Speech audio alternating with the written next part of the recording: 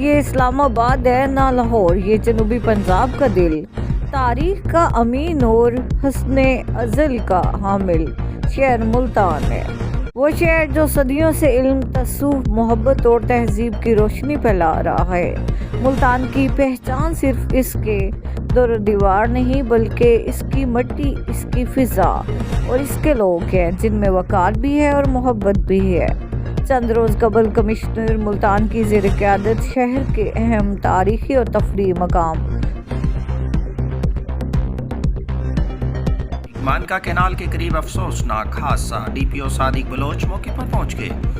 امدادی کارروائیاں جاری، ذمہ داران کے خلاف سخت قانونی کارروائی کا حکم۔ ڈی پی او صادق بلوچ فوری طور پر موقع پر پہنچ گئے اور ریسکیو ٹیموں اور انتظامیہ کے ساتھ امدادی اور حفاظتی کارروائیاں جاری رکھیں۔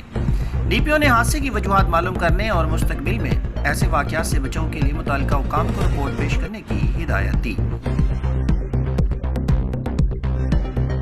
ضلع ڈیراجی گھاٹ میں قومی پولیو مہم 2 فروری سے شروع ہوئی، 5 فروری تک جاری ہے، جس کے دوران 5 سال سے کم عمر تقریباً 8 لاکھ بچوں کو پولیو سے بچاؤ کی حفاظتی ویکسین پلانے کا ہدف مقرر کیا گیا ہے۔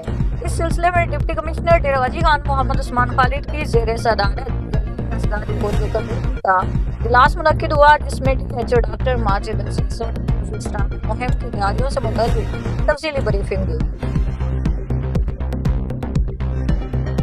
پنجاب فوڈ اتھارٹی کے ڈی جی خان میں صحت دشمن عناصر کے خلاف یکے بعد دیگرے آپریشن جاری۔ ڈائریکٹر آپریشن ساؤتھ کی ٹیم کے ہمراہ فوڈ پوائنٹس کی چیکنگ، 100 لیٹر شوگر سیرپ تلف۔ فوڈ پوائنٹس کو 3,30,000 روپے کے جرمانے آئے۔